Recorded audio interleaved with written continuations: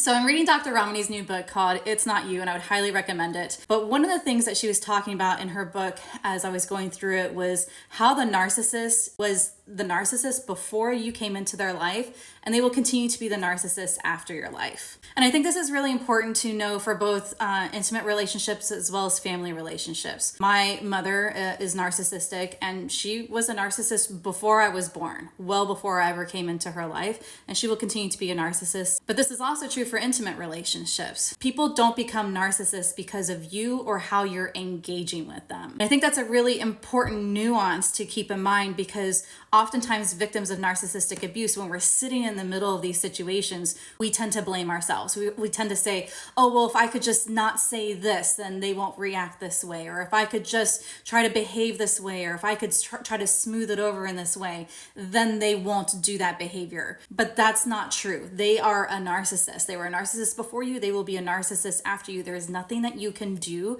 to make them different. And so I think this is really interesting, because when you leave a narcissistically abusive relationship, you go through a period of time where you say, I really want to understand what this disorder is so that I can make sense out of the abuse that happened to me. And that can help to bring you some clarity, even if it doesn't bring you full understanding. What you really need to focus on is healing yourself. I think what's important to say about healing from narcissistic abuse is that there's a difference between getting clarity between what happened to you and understanding why you got into that kind of a situation to begin with. And I want to be really, really clear here. I'm not at all doing any kind of victim blaming, but it's important to understand what your backstory is and what your history is. Dr. Ramani goes into detail about this in her book as well. We all have to understand our own backstory to understand how we became more susceptible to ending up in these kinds of relationships. So on the one hand, there's learning about what actually happened to you, but then on the other hand, to really heal, you have to dig into yourself to figure out how was I raised? In my particular case, I was raised by a narcissistic family dynamic,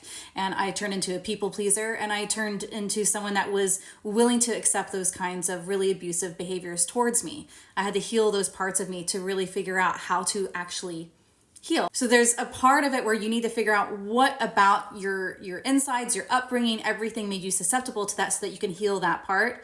Then there's also the healing part physically of your brain, because when you go through narcissistic abuse, it does actual brain damage. And what has worked really well for me, I would say, is EMDR treatments, because that actually helps you to process those CPTSD points in your brain so that you can process all that abuse that happened to you so that you can physically heal from it, because it is actual physical damage to your brain, and that actually helps you to heal and move on from it. So like I said, the narcissist, they were the narcissist before you, they're gonna be the narcissist after you. They are who they are, they're gonna continue to be the way they are.